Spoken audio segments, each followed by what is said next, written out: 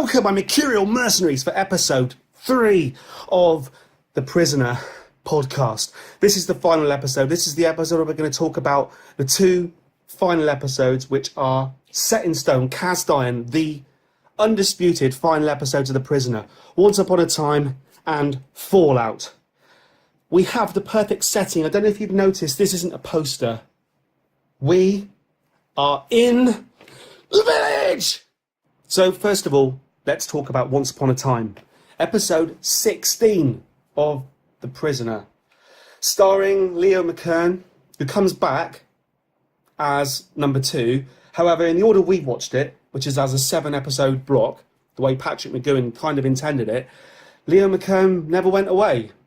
So, in some respects, it works, as in being the number 2 following through, not following through as in, not a number 2 following through. Not a number 2 following through. Because that's something quite different. There are plenty of videos on the internet if you want to see that kind of thing. But it does work, apart from the fact that he mentions how he's been away and been brought back. So, pros and cons. But I think Leo McGoohan is my favourite number 2. Again, sounds weird. Sounds stupid to say it, doesn't it? Oh. Just, if you can, my girl, tell us about what the hell happens in Once Upon a Time. It's actually quite a simple storyline. Once Upon a Time opens with number 6 seemingly being sort of hypnotised or worked on with some sort of light therapy in his own room. And then he wakes up in what is basically a nursery come schoolroom.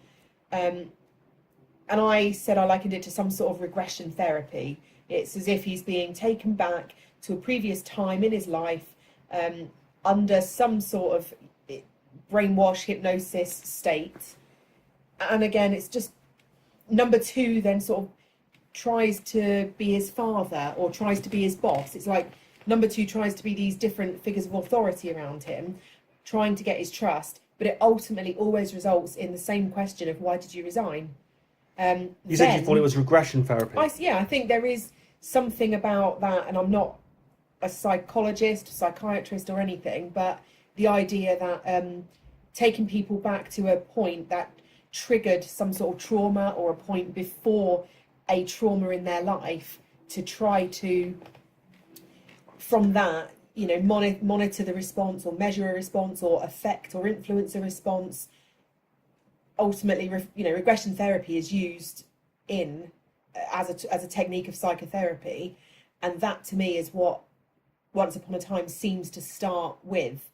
It's the kind of final solution, isn't it? Yeah.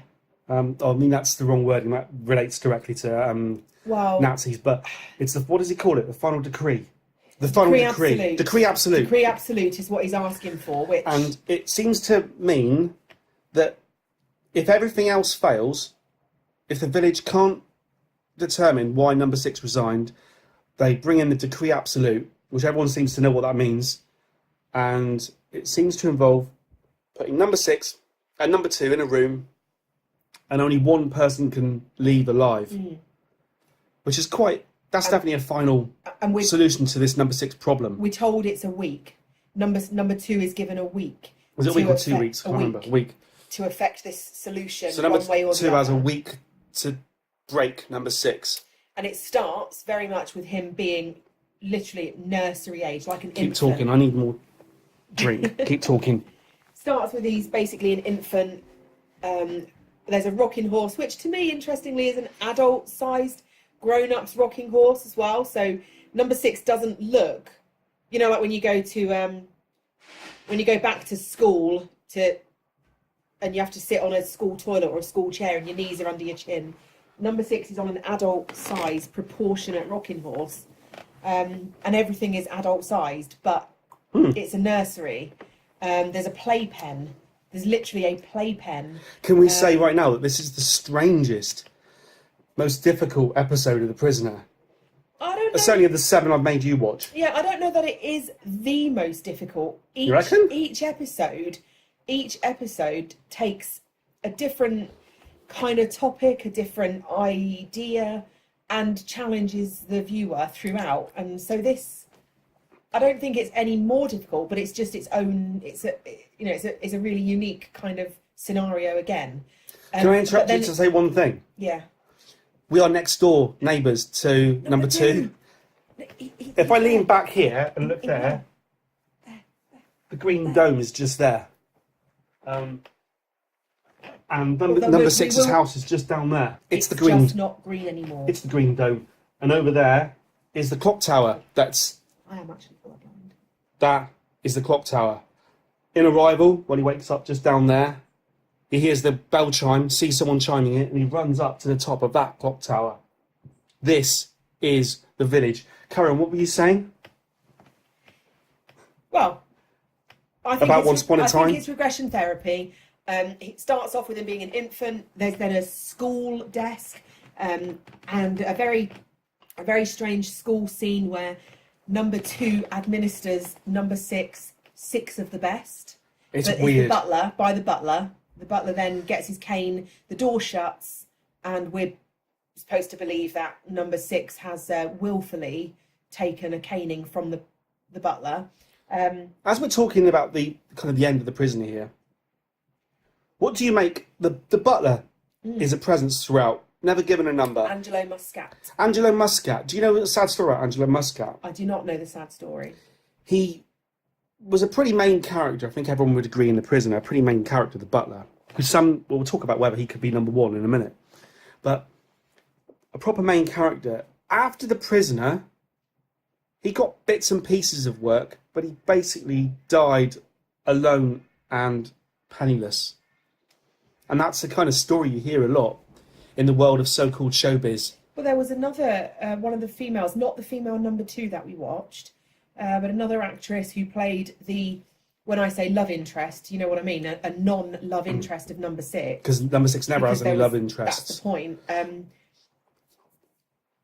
He's wearing his prisoner stripy top. She also, literally 6 months after that show aired, she killed herself. She killed herself. Which episode was that again? That was one of the ones we watched, isn't it? Dance of the... No, not Dance of the Dead, because that's the number 2. The one immediately before, so it must have been... Free for All. It was Free for All. It's the one in Free for All. Yes. Or was it Checkmate? The girl in Checkmate. No, it was the girl in Checkmate. The girl who talks to him straight away at the beginning of the episode when they're on the chessboard together. Yeah. Just after she filmed these episodes of just after she filmed Checkmate. It was an actress. Down there, she killed herself. So, reversion, what do you call it? Regression therapy. So this is the idea: if you can't break someone, if you can't break number 6, take him back to when he was born, lead him through his whole life, and get to the point where you can ask him why he resigned. I think what we see in this is number 2 takes on different personas. He openly calls him my boy. He says something about being his father. He's his teacher he's at then school. A schoolmaster, a headmaster, teacher. Father. He's in the taking war. all of these positions of authority and trust, supposedly, as if trust and authority are synonymous, but that's another conversation. And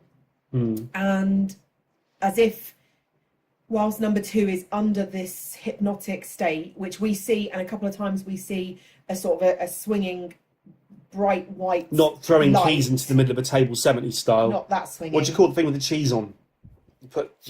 Fondue. We see the swinging light in the room again, as if it's just trying to sort of refocus the control like that. Which interestingly is also a white ball, not dissimilar to Rover, with a light coming out. Hey, did you notice in this episode, by the way, was it the very beginning of this episode? Once upon a time, tiny baby where you go into the green dome, which we're just next to, which is just I could throw this glass and hit the green dome from here. It's what you might call pissing distance. Where Rover is sat in the chair instead of number 2, and then Leo McGoohan goes in there and goes, "Get him out of here! Get him out of here!" Was that the beginning of this episode? Yeah. It was, wasn't it? Yeah. What do you make of that? Rover, when caught off guard, Rover just happens to be sitting in the chair. As if he's the boss. Rover is the weather balloon, if you're not sure, people who don't watch The Prisoner. Which, when it catches people, it looks like a big stretched Johnny over their faces. Yeah, it doesn't mean you have to say these things, though. Have you noticed, right, one of the things that gets me with The Prisoner, right, seeing as we're in the village, and we can't be any greater Prisoner fans, so I can start slagging off The Prisoner now. That's the village. Some of the problems with The Prisoner you found over the 7 episodes, 17 if you're me and you've watched them all hundreds of times, but the use of stock footage, the use of, every time Rover gets him, and they always do that, they always use the same stock footage of the face being stretched. You guys out there will know. Same condom over the same condom over the face. same face.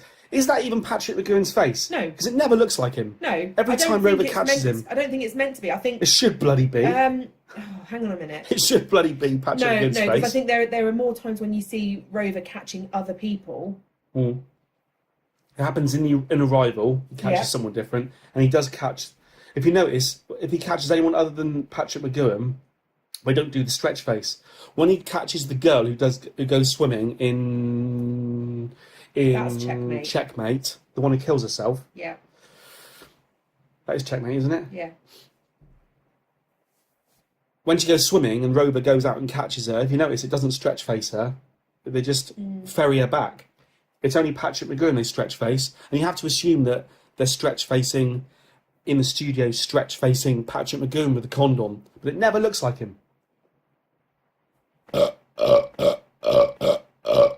It never looks like him. I want to say, don't pretend you don't know what we mean by when you put a condom over someone's face. I've never put a condom over someone's face. How many people right now are going to go out tonight and try and recreate the stretch face? Let's all do stretch face, okay? Maybe we can do stretch face? When we get home. Can we do it now? No. I haven't got a condom or a white balloon. How cool would it have been if I had stretched a condom over my face sitting here right now with the clock tower right behind me? Because that's what we like to do when we go away. I can't believe we didn't do that. We should have thought of that. Once upon a time. It ends. So we go through what this process again. Oh, and it ends with number 6 once again managing to take control of the situation, and number 2 quite clearly becoming subordinate. There's a strange cage within the room, which to me, anyone who's watched Chitty Chitty Bang Bang, those opening few scenes with the child catcher, that scare me too much that I have never, ever, ever seen the whole film, ever. I've never watched Chitty Chitty Bang Bang. Oh, I can't get over the child catcher. So... That wasn't Keith Moon, was it? Those black... No. Those black... That was Tommy. No. Black cage. Tommy, yeah. So we have this... What could be more innocent than a nursery? But yet what's more sinister than a faked-up nursery being used to contain an adult? I think putting Patrick McGoohan, one of the sternest, most authoritative, yes, I am, actors in history, in the history of movies and TV, putting him in a nursery and making him ride a horse. But I'm saying with a smile on his face, vacant. That's the point. That's the deliberate play with what's happening. That's what I said to you.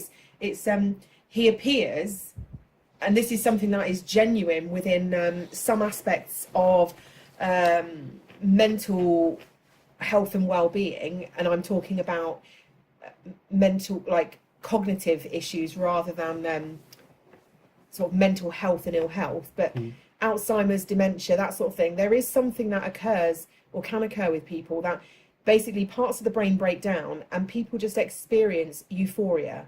So, yeah. And I think everybody will know, or many people at least will know, of a grandparent who, for the last years of their life, their memories of that person are of somebody who just sits in a chair and smiles and tells you what a pretty girl you were, what a pretty boy you were.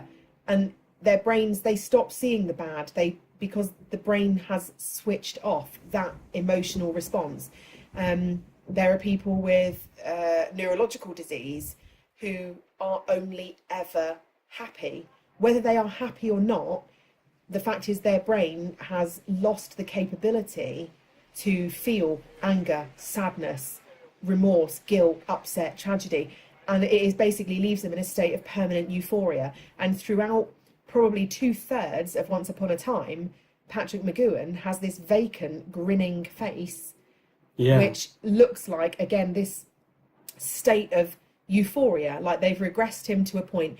What do we say? Like the innocence of children, that, you know, the laughter of children, because they don't know what tragedy is. They don't know real sadness. Yeah, they cry when they hurt themselves, they cry when they're hungry, but they don't know sadness, they don't know guilt, they don't know regret, they don't know tragedy and remorse. They don't have negative emotion like that. So children, babies, smile and grin because that's the first response that they know, because they don't know any different. And that's what you see Patrick McGoohan, or rather that's what you see Number 6 doing. And then you see that sea change where he starts to take control of Number 2, and this cage appears, which has actually been present throughout, but hasn't been focused on and used. And the cage is Number 6's flat in the village.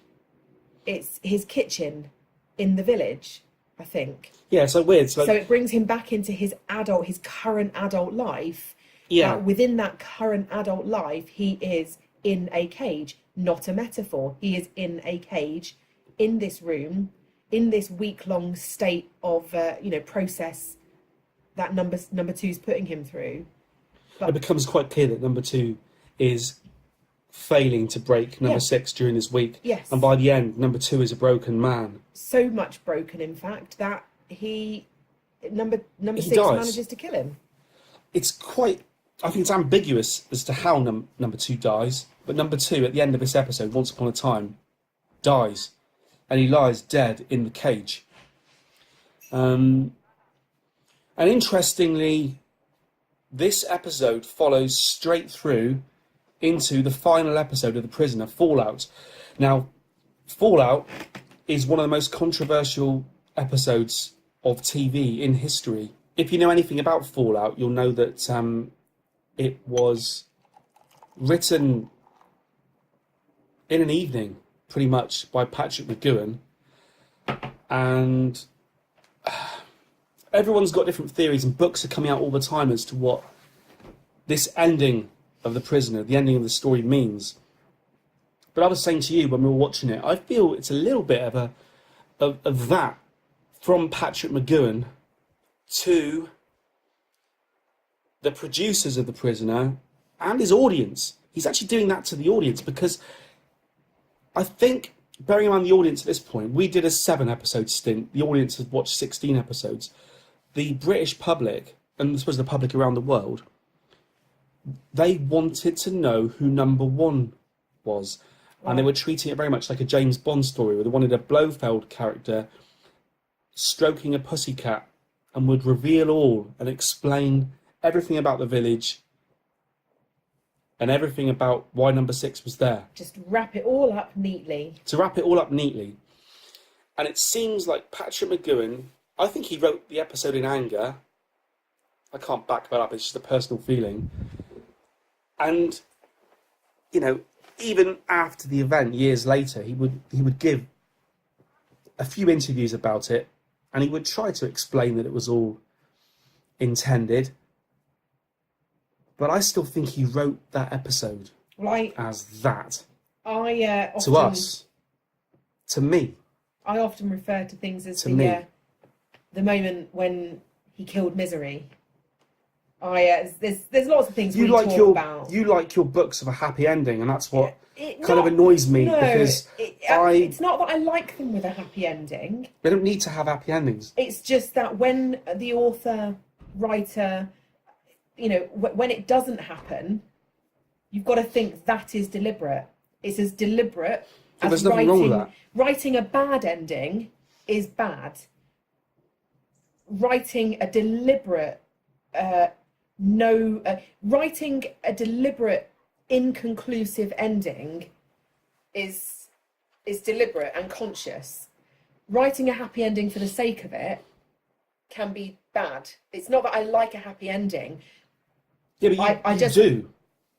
No, but I like the ending of this. I like the fact that it's left a challenge. It leaves a question as to what actually has ended. Where are we at the end?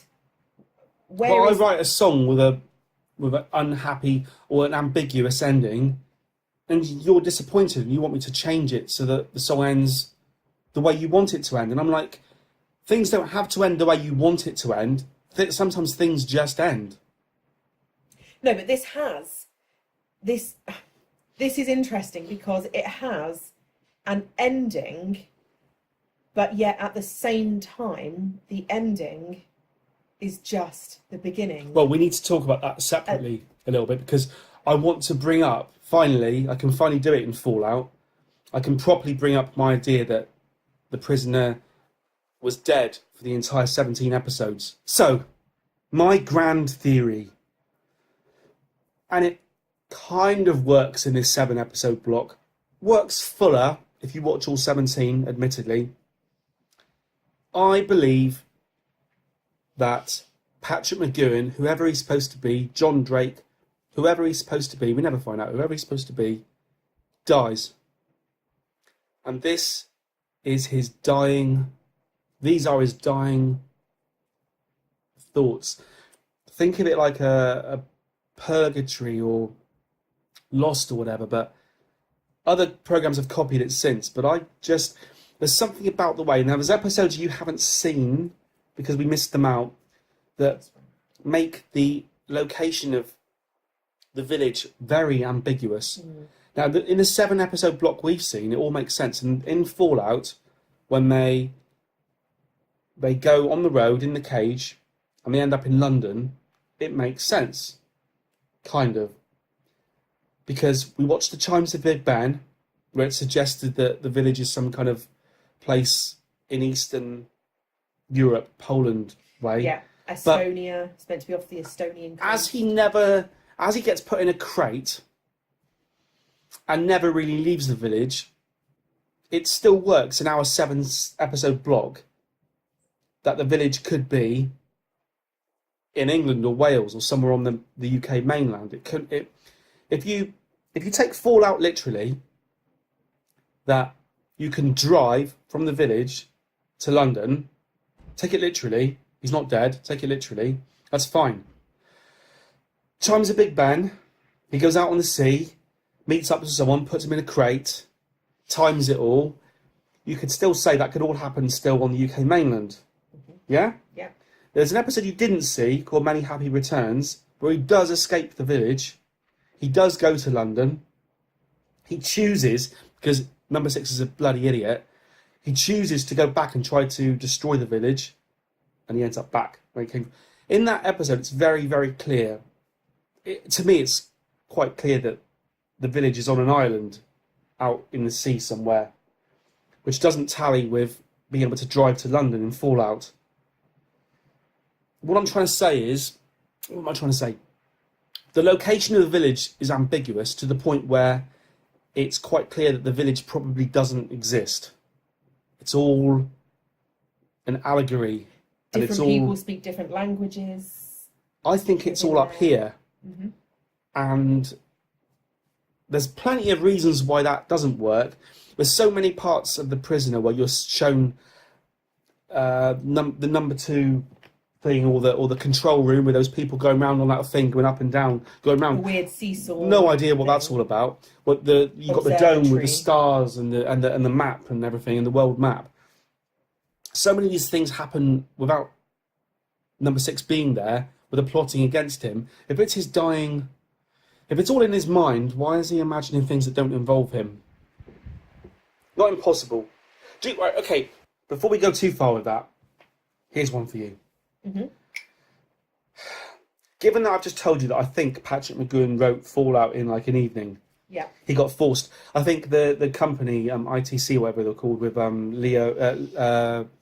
Lou Grade, who was like the big producer at the time in the 60s of ITV. He wanted more episodes. Patrick McGoohan wanted to do 7. Lou Grade, I think, wanted 24, American style. They settled at a compromise of 17, but I think Lou Grade wanted more and more. And then all of a sudden, and it's disputed this, all of a sudden either The Prisoner was basically cancelled and Patrick McGoohan had to write a final episode really quickly because he didn't have one written, or I'm not sure the exact reasons, but Patrick McGoohan didn't have a final episode. This is one interpretation, I might be wrong here. And he needed to write one on the spur of the moment, and he wrote Fallout. However, you hear other interpretations, which are that Patrick McGoohan always had a storyline and a 7-episode arc. So my question is, after saying all that bollocks, my question is, do you think Patrick McGoohan himself had a bloody clue where he was going with The Prisoner in terms of ending it? Do you think when he started writing the episode Arrival, and he came up with everything about this beautiful place, this really strange place we're actually in, we are in the village right now, do you think that he knew how he was going to end it? Conceived the whole thing. Did he know how he was going to end it? Or did he do a Lost, in my opinion, and just make it all up as he went along? There you go. That's the main question that I want to answer in this episode of this podcast. While I hiccup on champagne. I think a couple of things I've mentioned at least, as you watch it, not only the 7 that we've watched now, and it's not as clear as to say each episode of the 7 or the 17 takes one aspect of a society or philosophy or ideology, anything like that, like democracy or free will. It's not as blatant as that. But in Fallout, what you have is this, again, another kind of court scenario. It's almost like, the big UN, big horseshoe courtroom with these faceless, they're all masked up. And again, I think that's really symbolic. There's a lot of work in, you look at the use of masks within performing arts. There's a whole technique around masks. Scary It's more well. than it's more it's than like a V for metaphor. Vendetta. Yeah, it's more than And a Scream. metaphor. But they've Halloween. each got Anarchy. they've each got a place card, a really deliberately written, as if like it was saying Ghana, France, Ireland. Yeah, it's like it's like United the UN. Nations, but instead of countries, it's like it's emotions and attributes, actions. Attributes, What was characteristics. I can't remember. Anarchy at the moment. Anarchy, rebellion, or maybe not rebellion, but might have been. and the whole thing. What do we see? 3 revolutionaries. Yes, that's what they're. I wanted to bring that up. Actually, I wanted to bring that up. And stylistically, there is so many things when we've watched this, bearing in mind that The Prisoner was filmed and aired before Clockwork Orange, before that, Wicker Man. before The Wicker Man. Stylistically, I've already talked about The Handmaid's Tale, which has done a massive rebirth in the last year or so. I think, just to cut in one, just keep your thought, because what I'm about to say doesn't affect your thought. I think stylistically, The Prisoner influenced so many programs, even up to the likes of Austin Powers, because you said it before. Massively, The Henchman. People think that Austin Powers is Top. inspired by, is a parody of James Bond. It may well be, but I think Mike Myers, and we'd have to check up on this, I think he's far more inspired by The Prisoner. Yeah, I just think stylistically, so many more things have come from it. And interestingly, the character who is Anarchy in Fallout, who we see, and he's been seen in a previous episode, but he's a young man. It's about Alexis Canner. Alexis, just like Alex and his droogs from Clockwork Orange. Like, again, just like everything about it. Stanley Kubrick's ripped this off. Yeah, an absolute rip-off. Or Patrick McGoohan's ripped it off from the original book by Anthony Do you know what? Burgess. There's a phrase I learned years ago. When you say ripped it off, I like this, and the phrase is borrow with pride. It's not ripping things off. It is saying you take something that Noel you Gallagher really love. uses that all the time on every album. Borrow with pride. And if you see something you like, and we've talked about this again in loads of levels, as long as you credit or reference or acknowledge the origins of something, why not? Why not reinvent something in your own works? You or get a copyright strike from YouTube. Or that. But do you know about Alexis Canner, right? No, it's interesting is that if you watch the episodes of The Prisoner through, and you're always told about guest stars, and this episode features this guy as number 2, this guy features Alexis Canner is the only guy in the history of The Prisoner, all 17 episodes I think, that has his name when it appears on the screen in a box. For some reason, and I don't quite know why because I haven't read up on it, but Patrick McGoohan seems to really value the actor Alexis Canner. I don't think he justifies the value. What did you think of his performance? miming. You can't blame him for the lip sync, but No. this whole them bones. Okay, what's right, that well, all we about? haven't really. So what we see is Them bones, this, them bones, them dry bones, we've them already bones, said them it's like bones, this- them this dry bones, them UN bones, them bones, style, them dry bones. UN style kind of Hear Supreme the Court word setup. of the Lord. All these people in robes and masks. I said there's lots of things. We've recently continued watching the Netflix series of House of Cards. Yeah, great series. And we've just recently seen Frank Underwood rendered going to Elysian Fields, and this meeting, this gathering, this sort of clandestine gathering of supremely powerful and influential, I'm going to say men, but people, partaking in this strange ritual where they're robed and they're masked. And, you know, this is still going on today. There are these secret societies. They still exist.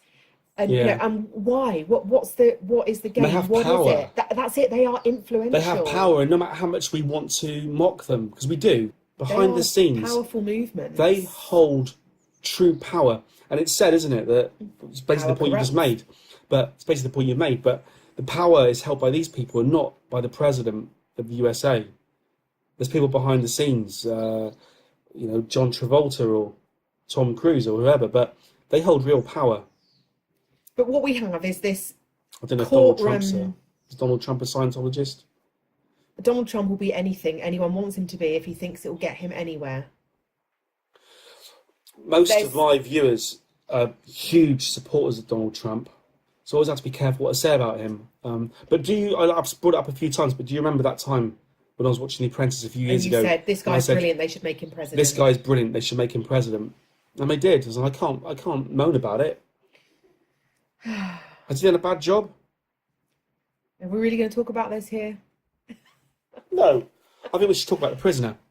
But Alexis Canner is introduced in Fallout. There, I'm going to say the judge, the presiding officer at this, again, another courtroom scene, talks about 3 revolutionaries. And what we see is Alexis Canner is Anarchy. And he's one of the younger looking guys that we see. We've already said the village doesn't contain children. However these people have come to be there, whoever they are, whatever their past, whatever their history, children aren't born into the village. I think Alexis Canner is the, I don't know which number he is, like number whatever. The youngest of He's all the the youngest people we person see. in the village, I think. But whether as an actor he is in fact the youngest or not, I wouldn't know. But he appears. Well, everyone looked old then. Maybe it's just that he represents anarchy, so we're attaching it to somebody in their early 20s. Did he represent anarchy? He was the anarchist. Rebellion, anarchist. He was the anarchist. Why is he singing Dem Bones, Dem Bones? Because did you also notice that another thing, right? Basically, number 6 beats number 2 in Once Upon a Time, and he's led by the butler. Yep. Down the corridor. He's won. And at two points during this episode,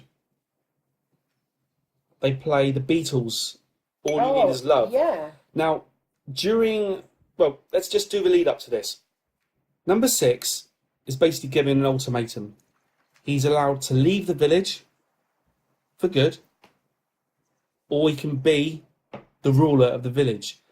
It's not quite clear what decision he makes, because he picks up his wallet and the money as if he's going to leave, but then he accepts addressing the masked people. So he gets up there, and I think he changed. It's as if he thinks about leaving. He actually thinks, no, it's ambiguous. It's definitely ambiguous. But I think he decides he's going to rule the village, probably to destroy it from within. Who knows? Every time he tries to talk, to deliver his speech, all the masked people make a load of rabble nonsense noise. Yes. And I think that's another commentary by Patrick McGoohan on democracy. People have tried to lip read what Patrick McGoohan... He does deliver a speech of sorts, but you can't hear it. And people have tried to decipher, and you can Google it, and there is some kind of speech that exists. He doesn't get more than a few sentences. Into it. And what happens is, there's basically like You Only Live Twice, volcano, James Bond battle with loads of people with guns, Henchmen henchmen. again. And while that's happening, everyone's shooting each other. All You Need Is Love by the Beatles is playing. What do you make of that? Is it just something written in an evening as a joke, or is there something profound there? I like to think that Patrick McGoohan is profound, even when he's sketching something in 5 minutes. I think Patrick McGoohan was probably mentally troubled. 100% mentally troubled. Are you made? Are you made? And it's certain that there is nothing that Patrick McGoohan has written or produced or directed into this series by accident. Every single bit that you see as the viewer, he has intended to keep there. He might not have intended to see it when it was written, filmed, whatever, but everything you see, he wants there. Everything is a statement or a comment or a reflection or something to spark. He is a clever man. You would disagree with the notion that Fallout is written in 5 minutes, makes no sense, and is a huge disappointment. Right. The Beatles, how many of the Beatles tracks were famously written overnight? Forget the Beatles. In an hour? No, I'm saying things, because something is written in 5 minutes doesn't mean... Forget the Beatles a minute. Just I've got a point. Forget the Beatles a minute. My greatest song, if I had to pick one song that I think is the best song I ever wrote, one of the best songs I ever wrote, I remember writing it in my front room around the time of 9/11, or 11/9. Around the time of 11/9. I was in my front room at home. I started writing it at 11 o'clock and I finished writing it at 11:15. 15 minutes. So it's backing up your point. The idea that Patrick McGoohan couldn't write a great episode of telly in one evening is bollocks. It can be done. I still put it to you. Just while we're on that, I'm not saying that I haven't had the most memorable 15 minutes of my life at some point. What does that mean? I'm just saying you can achieve a lot in 15 minutes. Who have you been with? I'm 6 minutes max. No, I am. 6 minutes max. They don't call me 6 minutes max for nothing. I'm including the warm-up. For fucks. Right, okay. The Mercurial number 6 for no reason. We've got 2 points, 2 final points to make here. What I want to address is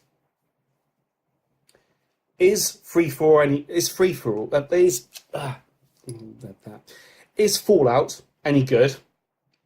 Right? That's one of the most hated episodes of TV in history. Look it up. I'm not lying.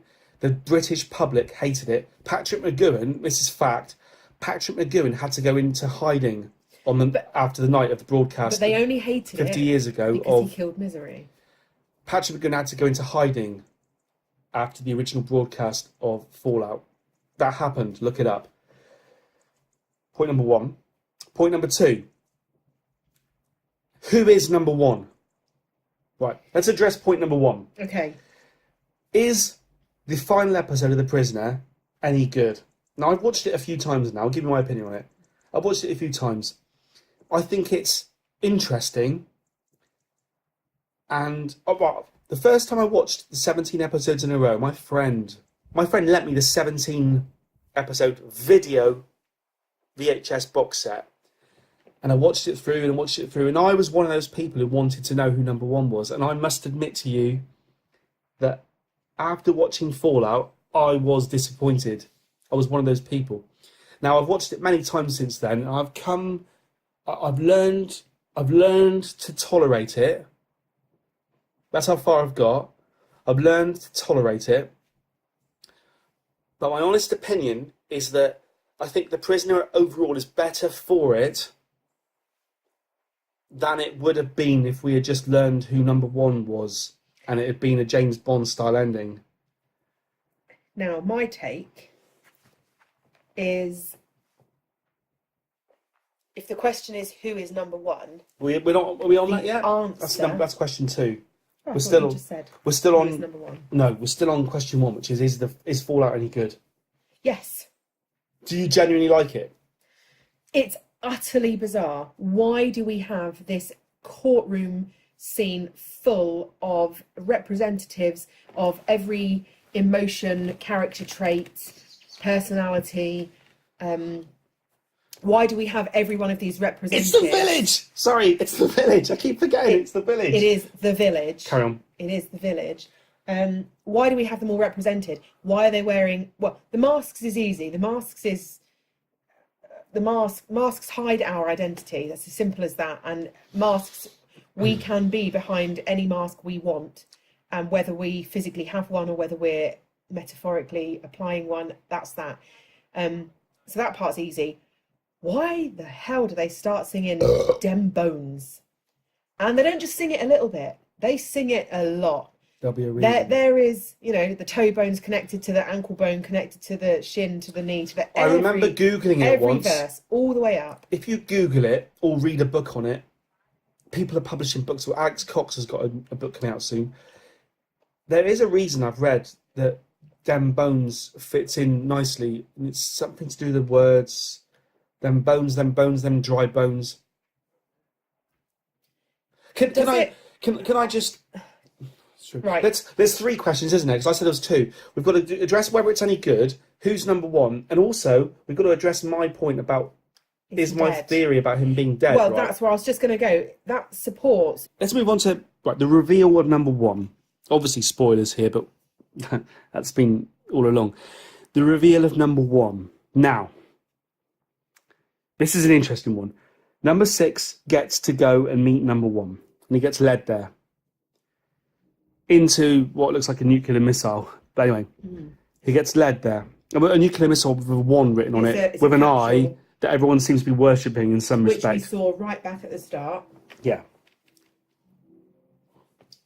He gets led up. He gets led to number 1. Who's wearing a mask.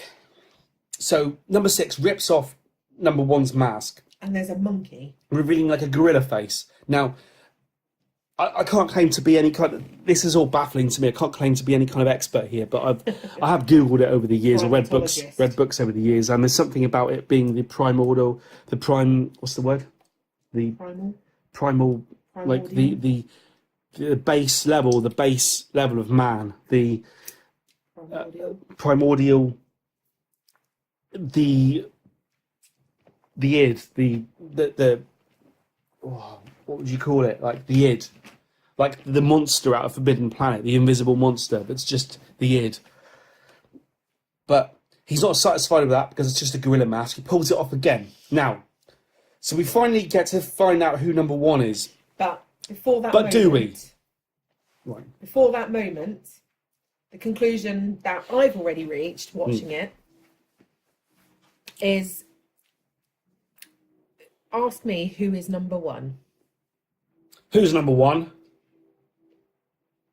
Your own sabotaging self. Your own sabotaging self. Every single one of us, and it's interesting that it's a monkey as well.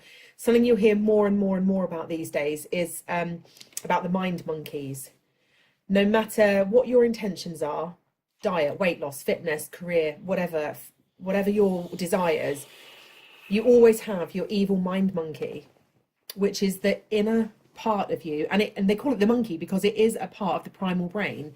It is a part of the way that our brains have not evolved, and how we are still driven by other factors outside of our sort of big collective, outside of our conscious human Homo sapien selves.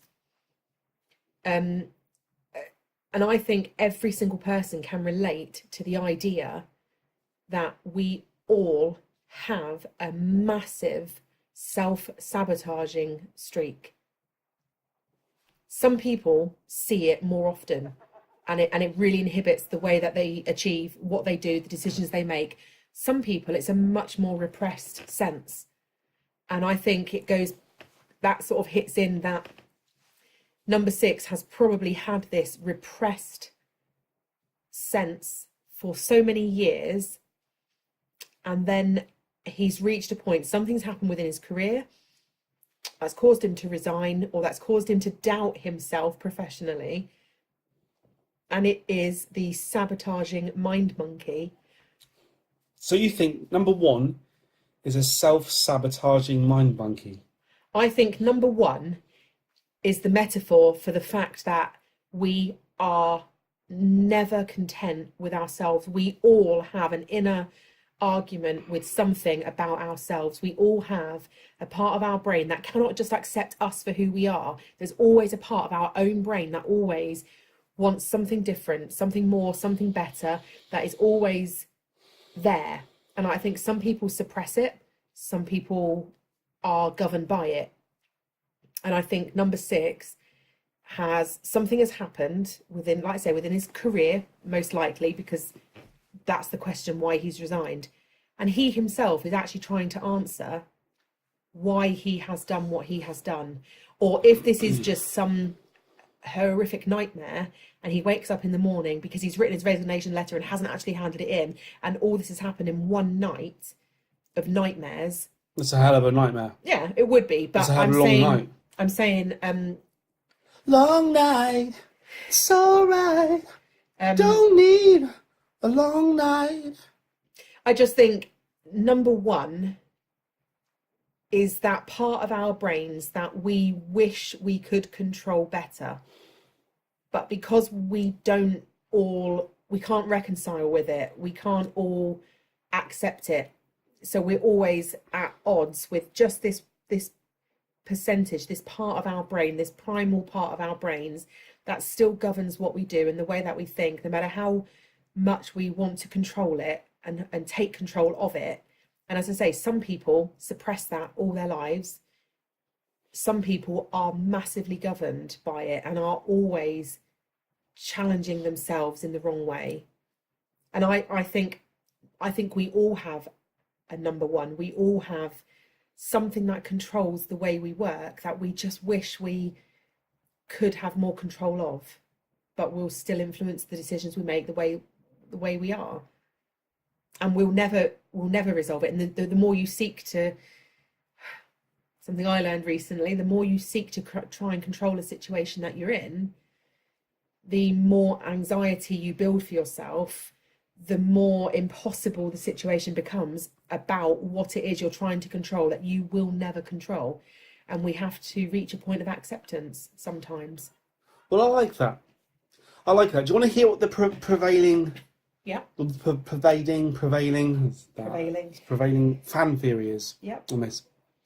It's that number 6, whoever he is, rips off the mask from number 1 to reveal Patrick McGoohan himself, the writer. It's one of these breaking the fourth wall things. He looks kind of crazed as well. A crazed writer. The unmasked number 1. The total... Quite zany. The core being of Patrick McGoohan. It's a tricky one. There's so many fan theories, but the kind of the one that I've read the most, the one that seems to be most out there, the most common theory is that Patrick McGoohan, the writer, the actor, is number 1. He is the creator. He is God. He created the TV program. This has happened in other films recently as well. I'm trying to think of one recently where the writer, I think it's Stephen King's Dark Tower. I don't know what it is, but the idea that the writer himself can feature in his own story as like a godlike character. And it turns out that all along it was Patrick McGoohan, and it's like he's just doing that to you. I'm number 1. That's because one. I wrote it. I don't necessarily agree with that. No. I think that number 1 is number 6. Not Patrick McGoohan. He is number 6. Because it's all happening in number 6's mind. Yeah. Because he is dead. And let's just talk about the third point now, which is my idea that none of this has happened. It's all his dying thoughts and purgatory and all this sort of thing. Just to wrap this podcast up, it's 3 episodes. Number 6 escapes with number 2, isn't it? With number 2, and funnily enough, the butler. Yeah. Now, there's plenty of fan theories that say the butler is number one. Just to give it some context again, if those haven't watched it, number two go and watch it. Of the three revolutionaries that are talked about in this strange UN-style Supreme Court setup, we see Anarchy, represented by Alexis Canner. We see number two, not quite sure what they're calling him, but they've performed more works on him, and he's, for whatever reasons, he's lost his very established beard and facial hair. I think due to a break in filming and playing another role, but let's not go there. But it also comes across as a metaphor for a fresh start, a clean slate. He's clean shaven, he's freshly shaven, he has a new appearance, a renaissance of his person. And the third, I guess we're told then, is number 6. But it's not really explained. Anarchy is talked about. Alexis Canner is talked about a lot. Those are the 3 characters that we are left with at that point. Well, so number.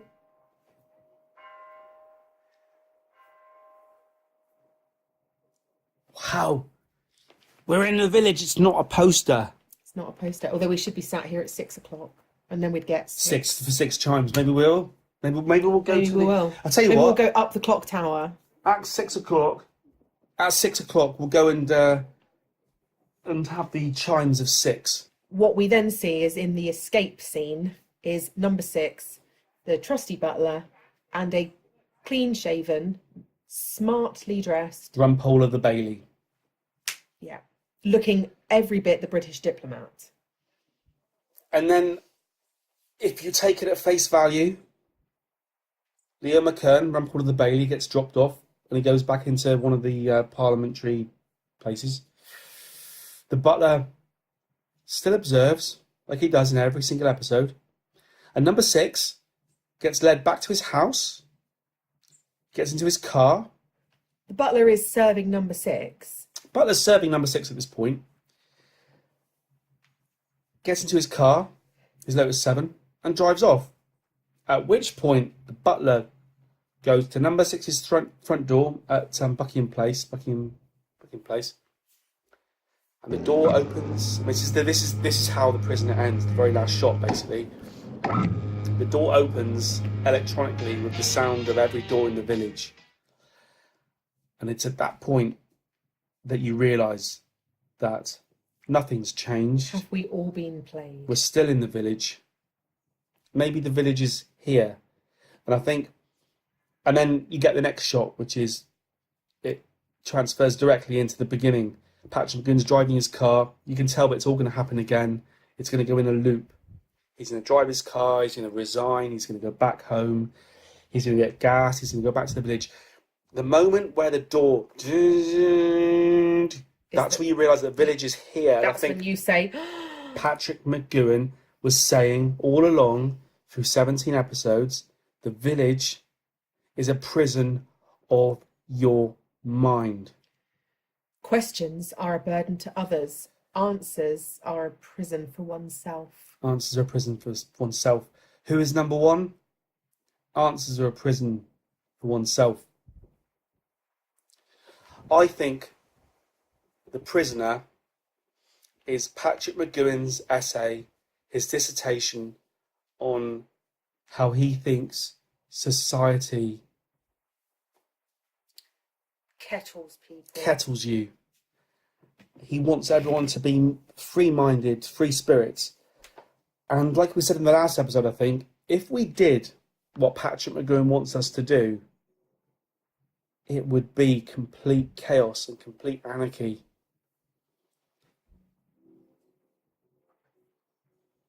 Yeah. I think, should we wrap it up? Call it a day? Oh. Shall I answer it? Number 6.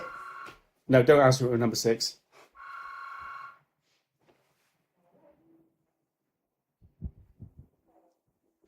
The phone's ringing in the village. Hello, villagers. It's yet another day. It's another day in the village. It's another day. Good morning. It's yet another day in the village. She doesn't say yet. Yeah, it doesn't say yet. It's another day. Good morning. It's another day in the village. I can't believe if I lean back like this, Yeah? Yeah. If I lean back like this, I can see I'm looking at number 2's house. I can almost touch it. Isn't that bizarre? I think we'll leave it there. I think there's so much more we could say about The Prisoner, Yeah. but there's books to read, there's people to see, there's places to do. If you want to know more, there's so much more you can see with Mercenaries. There's so much more you can read. But I hope I've given you like an introduction to it. Obviously, it's a spoilerized introduction, and I'd like to think you watched all 17 episodes. Or the 7-episode block that we just watched. But either way, I think it's a loop. I think The Prisoner's a loop. I think the end of Fallout runs directly into the beginning of Arrival, just like Nonagon Infinity by King Gizzard and the Wizard Lizard. Just like Nonagon Infinity by King Gizzard and the Lizard Wizard is a loop of songs that go round and round and round for infinity. I think The Prisoner's dying mind loops round and round and round and round and is gone. So I would like to say, yes, on that final note, be seeing you.